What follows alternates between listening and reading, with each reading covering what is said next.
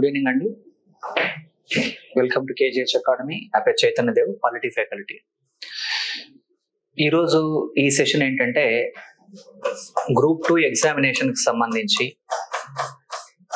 ఏపీలో కానీ తెలంగాణలో కానీ, అలాగే తెలంగాణలో అయితే గ్రూప్ 3 ఎగ్జామినేషన్ సంబంధించి ఒక కొత్త బ్యాచ్ అనౌన్స్ చేయడం జరుగుతుంది. దానికి సంబంధించినటువంటి ప్రాథమిక అవగాహన. నిజానికి పాలిటీ సబ్జెక్టుకి సంబంధించి మీరు అది గ్రూప్ 1 రాయండి, గ్రూప్ 2 రాయండి, లేదా సివిల్ సర్వీసెస్ ప్రిలిమ్స్ కానివ్వండి, ఆబ్జెక్టివ్ మాడ్యూల్ ఎగ్జామినేషన్ అన్నింటికి సిలబస్ దాదాపుగా కొంచెం అటు ఇటుగా ఒకటే ఉంటుంది. కాబట్టి ఈ క్లాసు సంబంధించి మనకి ప్రతిరోజు ఈవినింగ్ 4:30 నుంచి 6 వరకు క్లాస్ ఉంటుందండి. ఇది ఆన్లైన్ లైవ్ క్లాసు. అంటే ప్రతిరోజు ఇక్కడ ఆన్లైన్ లైవ్ అంటే ఇక్కడ గమనించాల్సిన పాయింట్ ఏంటంటే, మామూలుగా ఆన్లైన్ లైవ్ క్లాసులు అనేవి ఈ మధ్యకాలంలో రకరకాలుగా ఉంటున్నాయి. అంటే ఒక ఆఫ్లైన్ క్లాస్ చెబుతూ ఒక కెమెరా ఉంచేసి ఆ రికార్డు చేయబడుతున్న దాన్ని టెలికాస్ట్ చేయడమో, లేదా రికార్డు చేయబడిన దాన్ని మళ్ళీ ఇంకొకసారి యాప్లో అప్లోడ్ చేయడమో జరుగుతూ ఉంటుంది. ఇది అలాంటిది కాదు. ఈ క్లాస్ విధానం ఎలా ఉంటుందంటే, ఆన్లైన్ లైవ్ క్లాస్ అంటే ఈ క్లాస్ ఎలా ఉంటుందంటే కేవలం ఇది ఆన్లైన్లో ఉన్న వాళ్ళకి మాత్రమేనండి క్లాసు. అంటే ఆఫ్లైన్ లో ఇక్కడ ఎవరు ఉండరు. ఆన్లైన్ ద్వారా స్టూడియో ద్వారా డైరెక్ట్ గా టెలికాస్ట్ అవుతుంది. టెలికాస్ట్ అవుతున్నటువంటి క్లాస్ లో మీరు క్లాస్ వింటున్నప్పుడు మీకు ఏమైనా డౌట్ ఉన్నట్లయితే డౌట్ కూడా మీరు అక్కడే టైప్ చేసి క్లారిఫై చేసుకోవచ్చు. క్లాస్ తర్వాత అన్ని క్లారిఫై చేసుకోవచ్చు. ఇక పాలిటీకి సంబంధించి అభ్యర్థులకి సిలబస్ ఏముంది అని గమనిస్తే, మీ సిలబస్ కాపీలో గమనిస్తే, మీ సిలబస్ కాపీలో ఉన్న చాప్టర్లలో అంటే exams APPSC, tsp, TGPSC examination లో చాప్టర్ల వైజ్ గా ఉంటాయి. 5 చాప్టర్లు 10 చాప్టర్లు అని. అలా కాకుండా మొత్తం సిలబస్ ని ఏం చేయాలి మనం అంటే, ఒకదాంతో ఒకటి ఇంటర్లింక్ ఉన్న ఏరియాలన్నీ ఒక దగ్గరగా రాసుకోవాలి. అంటే ఇప్పుడు ఉదాహరణకి రాష్ట్రపతి అనే టాపిక్, గవర్నర్ అనే టాపిక్, అంటే ఒకదాంతో ఒకటి సంబంధం ఉండేవి. అలాగే ప్రధానమంత్రి, ముఖ్యమంత్రి, పిఎం, సిఎం, సుప్రీంకోర్టు, హైకోర్టు, 73వ రాజ్యాంగ సవరణ, 74వ రాజ్యాంగ సవరణ, ఇలా ఒకదాంతో ఒకటి అనుసంధానం అయ్యే అంశాలన్నీ ఒకచోట చేర్చుకొని వాటికి అనుగుణంగా చదువుకోవాల్సి ఉంటుంది. పాలిటీ అనగానే సహజంగా కొన్ని భయాలు ఉంటాయి. కేసులు, రాజ్యాంగ సవరణలు, సంవత్సరాలు, ఇవన్నీ గుర్తుపెట్టుకోవాలా, జడ్జిమెంట్లు ఇవన్నీ గుర్తుపెట్టుకోవాలా అంటే, ఇవన్నీ ఏవి కూడా ఉద్దేశపూర్వకంగా ప్రయత్నపూర్వకంగా గుర్తుపెట్టుకోవడం కన్నా కాన్సెప్ట్ ని అర్థం చేసుకునే క్రమంలో ఆటోమేటిక్ గా గుర్తుంచుకున్నట్లయితే అభ్యర్థి మీద ప్రెజర్ తగ్గి కాన్సెప్ట్ తో పాటుగా గుర్తుండిపోతాయి. చదువుకునేటప్పుడు లేదా క్లాస్ వినేటప్పుడు లేదా నేర్చుకునేటప్పుడే అభ్యర్థి ఆ పద్ధతిలో నేర్చుకోవాలి. ఇక పాలిటీకి సంబంధించి ఎగ్జామినేషన్ లో ఈ మధ్య కాలంలో మనల్ని ఒక ప్రశ్న ఇచ్చి ఏబిసిడి అనే 4 సమాధానాలు ఇవ్వడం అనేటువంటిది దాదాపుగా తగ్గిపోతూ వస్తుంది. రేపు జరగబోయేటువంటి ఏపీపీఎస్సీ గ్రూప్ 2 మెయిన్స్ కావచ్చు, తెలంగాణలో జరగబోయేటువంటి గ్రూప్ 2, గ్రూప్ 3 ఎగ్జామినేషన్స్ కావచ్చు, కొంచెం స్టాండర్డ్ గా మ్యాచింగ్ టెస్ట్లు, అసర్షన్ రీజనింగ్లు, ఈ కింది వన్లో సరైనది సరికానిది ఇలాంటి ప్రశ్నలు ఉండవచ్చు. కాబట్టి ప్రతి అంశానికి సంబంధించి అభ్యర్థి ఆ కాన్సెప్ట్ క్లారిటీ చాలా అవసరం. యూపీఎస్సీ ఎగ్జామినేషన్ లో కాన్సెప్ట్ కి ఎక్కువ ఇంపార్టెన్స్, కొంచెం ఫ్యాక్ట్స్ తక్కువ అడగడం అనేది గతంలో జరిగేది. ఈ మధ్య కాలంలో వాళ్ళు కూడా రెండింటిని బ్యాలెన్స్ చేస్తూ ఉన్నారు. ఇక state public service commission examination రాస్తున్న వాళ్ళు ఫ్యాక్ట్స్, కాన్సెప్ట్ మొత్తం నేర్చుకోవాలి. ఇక ప్రతి సబ్జెక్ట్ కి ఒక మెథడ్ ఆఫ్ ప్రిపరేషన్ ఉంటుందండి. అది పాలిటీ అయినా, హిస్టరీ అయినా, జాగ్రఫీ అయినా, ఎకానమీ అయినా. ఆ మెథడ్ ఆఫ్ ప్రిపరేషన్ కనుక అర్థం చేసుకోగలిగితే అభ్యర్థి ఈ ఎగ్జామినేషన్ లో మంచి మార్కులు పొందడము, మంచి మార్కులు పొందడానికి బేస్ ఏంటంటే కాన్సెప్ట్ బాగా అర్థం అవడం జరుగుతుంది. ఇక మన క్లాస్ లో అంటే ఎక్కడ రేపటి నుంచి ఇక్కడ క్లాస్ స్టార్ట్ అవుతుందండి. అది మీరు ఏ ఎగ్జామ్ కైనా ఉపయోగపడవచ్చు. ఈ క్లాస్ స్టార్ట్ అయిన తర్వాత ఇది బైలింగ్వల్ గా ఉంటుంది. తెలుగు మీడియం, ఇంగ్లీష్ మీడియంలో ప్రతి వర్డ్ ఇంగ్లీష్ లోను తెలుగులోను చెప్పడం జరుగుతుంది. ఇక ఇది ఒక సైక్లిక్ బ్యాచ్ అండి. అంటే ఇక్కడ ఇది నేను ఎందుకు క్లియర్ గా చెప్తున్నాను, ఇవన్నీ ఈ రోజు క్లాస్ లోనే ఎందుకు చెప్తున్నానంటే, ప్రజాస్వామ్యంలో పారదర్శకత, ట్రాన్స్పరెన్సీ చాలా ముఖ్యం. అలాగే ఒక క్లాస్ అటెండ్ అవ్వాలనుకున్నటువంటి అభ్యర్థికి తాను ఏ క్లాస్ అటెండ్ అవ్వదలుచుకున్నాడు అనే విషయంలో పూర్తి క్లారిటీ ఉండాలి. కాబట్టి ఇవన్నీ తెలియజేయడం జరుగుతుంది. అంటే ఒక సైకిల్ గా, అంటే ఇప్పుడు ఎక్కడ స్టార్ట్ చేశారో అక్కడ వరకు కంప్లీట్ అయిపోయిన తర్వాత మళ్ళీ మొదటి నుంచి అలా వింటూ ఉంటారు. ఇలా ఉంటుంది క్లాస్.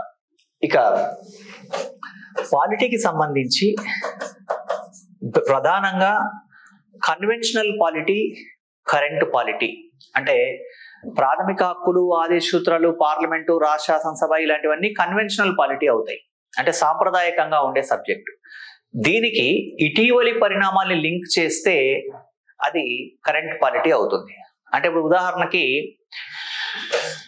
సుప్రీంకోర్టు ప్రధాన న్యాయమూర్తిని, ఇతర న్యాయమూర్తుల్ని నియమించేది రాష్ట్రపతి. ఏ నిబంధన ప్రకారం అని అడిగితే కన్వెన్షనల్ పాలిటీ. సుప్రీంకోర్టు చైల్డ్ పోర్నోగ్రఫీని అనే పదాన్ని తొలగించి దీనికి సంబంధించి చైల్డ్ అబ్యూజ్ మెటీరియల్ అని చెప్పేసి ఇటీవల ఏ కేసులో ఆ కేసులు అంటే ఏ కేసులో ఎవరు ఆ ధర్మాసనంలో ఉన్న న్యాయమూర్తులు అని అడిగితే అది కరెంట్ అఫైర్స్ అవుతుంది. అలా కాకుండా ఒకవేళ కనుక child pornography information technology act లో ఏ సెక్షన్ కి సంబంధించింది అని అడిగితే అది కరెంట్ పాలిటీ అవుతుంది. అంటే నేను చెప్పదలుచుకున్న పాయింట్ ఏంటంటే కన్వెన్షనల్ పాలిటీ సాంప్రదాయకంగా ఉండే సబ్జెక్టు, కరెంట్ అఫైర్స్ లో జరిగే ఒక అపాయింట్మెంటో లేకపోతే ఒక ధర్మాసనమో పేర్లో అయితే అది కరెంట్ పాలిటీ. అలా కాకుండా స్టాటిక్ సబ్జెక్ట్ ని లింక్ చేస్తూ ఏదైనా ఒక విషయం అప్గ్రేడ్ అవుతే అది కరెంట్ పాలిటీ. కాబట్టి అభ్యర్థులు గమనించండి, ఏ రోజుకు ఆ రోజు మీరు కరెంట్ పాలిటీకి సంబంధించిన విషయాలు కరెంట్ పాలిటీ అనే కాదు, కరెంట్ అఫైర్స్ కి సంబంధించిన అప్డేట్ చేసుకోవడానికన్నా ముందు ప్రతి అభ్యర్థి కూడా మీరు జనరల్ గా న్యూస్ పేపర్ చదవడం వేరండి. ఎవరైనా ఒక పోటీ పరీక్షలు రాస్తున్నటువంటి అభ్యర్థి హిస్టరీ, జాగ్రఫీ, ఎకానమీ, పాలిటీ లాంటి సబ్జెక్టులు తరువుగా ఒక 4-5 సార్లు చదివిన తర్వాత పేపర్ చదవడం వేరు. అప్పుడు కనెక్ట్ అయ్యే విధానం వేరండి. ఇక చాలా మందికి కొన్ని సహజమైనటువంటి ప్రశ్నలు ఉంటాయి. సార్ పాలిటీ నాకు గుర్తుండట్లేదు, నాకు ఆర్టికల్స్ గుర్తుండట్లేదు, నాకు కేసులు గుర్తుండట్లేదు, రాజ్యాంగ సవరణలు గుర్తుండట్లేదు అంటారు.